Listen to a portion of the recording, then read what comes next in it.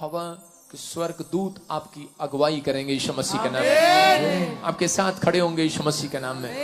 मेरे प्रभु का आत्मा कह रहा है इकट्ठे होने का टाइम आ गया, झुंड में रहने का टाइम आ गया।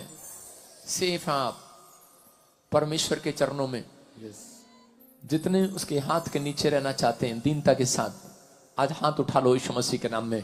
परमेश्वर ने मुझे कहा उनका राइट टाइम आने वाला है यीशु मसीह के नाम में, राइट टाइम आने वाला है यीशु मसीह के नाम में। पवित्र आत्मा जी मैं प्रार्थना करता हूं मेरे पिता परमेश्वर, जिन लोगों ने अपने सिर पर हाथ रखा है पवित्र आत्मा इनके ऊपर दया कर परमेश्वर, अनुग्रह वाला हाथ, बरकत वाला हाथ, चंगाई वाला हाथ इनके ऊपर आने पाए, स्वर्ग इनके लिए खुलने पाए। पवित्र आत्मा जी आज मेरे पिता परमेश्वर, जिन लोगों ने इस समय इतनी ठंड में भी पवित्र आत्मा तेरे नाम की महिमा के लिए नारे लगाए आज हालेलुया के, जो समय पवित्र आत्मा जी इस समय आज पश्चाताप कर रहे हैं पवित्र आत्मा जी, आज फैसला ले रहे हैं कि मैं अब से परमेश्वर अपना पुराने जीवन को, पुरानी जिंदगी को छोड़कर नए साल में पवित्र आत्मा आशीषों के साथ प्रवेश करूंगा, पवित्र आत्मा पवित्रताई के साथ चलूंगा। पवित्र आत्मा कह रहा उनके रुके हुए काम इस साल में 2024 में पैर रखते ही प्रवेश करते ही बड़े बड़े काम होने वाले हैं यीशु मसीह के नाम में। प्रभु मैंने ब्लेस करता हूं परमेश्वर, इनके बच्चे घटने न पाए, इतिहास रचने पाए आज से यीशु के नाम में। मैं देख रहा हूं बहुत सारे लोग इतिहास रचेंगे, बहुत सारी बहनें जिनके पास बच्चा नहीं है जो मुझे ऑनलाइन सुन रहे हैं गर्भवती हो रही है यीशु मसीह के नाम में। मैं देख रहा हूं जो हॉस्पिटल में आपके लिए आंख, बहुत सारे लोग 2024 में दाएं बाएं लेफ्ट राइट टेमोटेशन, ऊपर से आपदाएं, प्रॉब्लम, भूकंप पर भूकंप, तूफान पर तूफान। 2024 पूरी दुनिया को हिलाने वाला है। 2023 ने इतना नहीं हिलाया जितना 2024 हिलाएगा। लेकिन परमेश्वर का आत्मा यह भविष्यवाणी आपको डराने के लिए नहीं कर रहा, क्योंकि उसने बाइबल में लिखा है जो विश्वास करते हैं उनके सिर का एक भी बाल बांका नहीं होगा। आमीन। मैं देख रहा हूं एक भूकंप आ रहा है, सुनामी लहरें आ रही हैं, यूएसए, इंडोनेशिया, चाइना और गुजरात में भूकंप देख रहा हूं। और इसी समय परमेश्वर का आत्मा कहता है कुछ झटके महसूस होंगे। यह परमेश्वर की ओर से,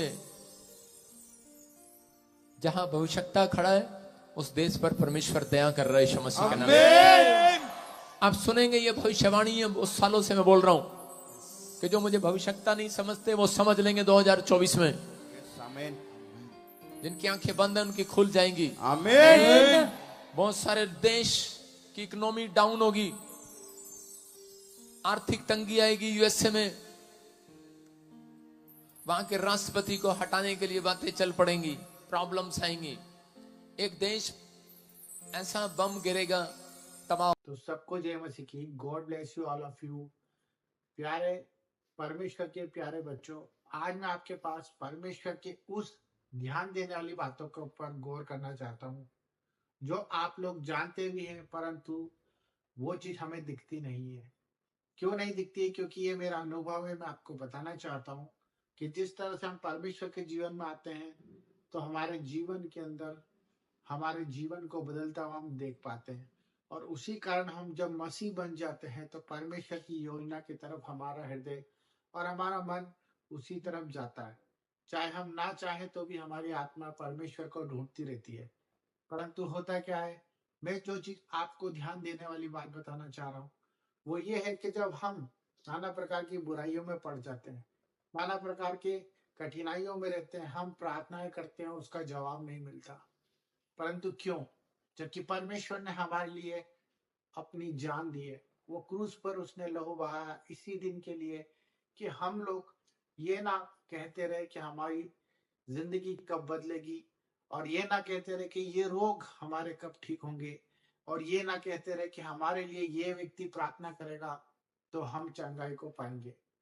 ये सब चीज का उत्तर हमारे अंदर ही है, क्योंकि परमेश्वर ने हमें जब चुना था तो उसने हमें ये नहीं देखा था कि हम किस रूप में हैं, किस स्वभाव में हैं और किस प्रतिक्रियाओं पर जीवन जी रहे हैं, परंतु उसने हमारे हृदय को जांच लिया था। उसने हमें हमारी माता के गर्भ से वचन के अनुसार हमें चुन लिया गया था। परंतु आज हम इस संसार में भटके हुए हैं। हम लोग परेशान हैं, हम लोग अपनी आत्मा को शांत नहीं कर पा रहे हैं। पर उसका कारण क्या है? हम क्यों अवेयर नहीं हो पा रहे? क्यों हम अपनी प्रार्थनाओं को पूरी तरह से होते हुए नहीं देख पा रहे? इन सब के ऊपर मैं आपको वो चीज बताना चाहता हूँ जिस पर आप ध्यान देंगे और परमेश्वर के जीवन में अपनी सफलताओं को, अपने छुटकारे को और अपने उद्धार को पा लेंगे। तो मेरे भाई बहनों, आप सबसे मेरा निवेदन है कि इस वीडियो को पूरा देखिए, लाइक करें, सब्सक्राइब करें।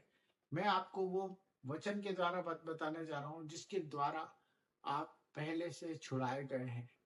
मैं ये भी जानता हूं कि आपको सब पता है, परंतु मेरा बताने का फर्ज है।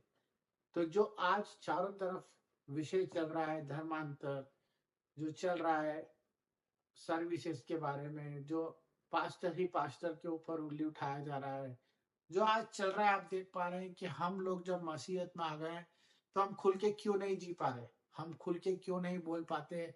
हम अपनी बात, अपना प्रचार, जो हमारी आत्मा हमें बोलने को रोज रोज कोसती है, और हम अपने घर में ही परमेश्वर का प्रचार नहीं कर पाते। मैं देखता हूँ कि बहुत से घरों में परमेश्वर की बात को रखने के लिए भी इंसान मौके को देखता है, परंतु ऐसा क्यों?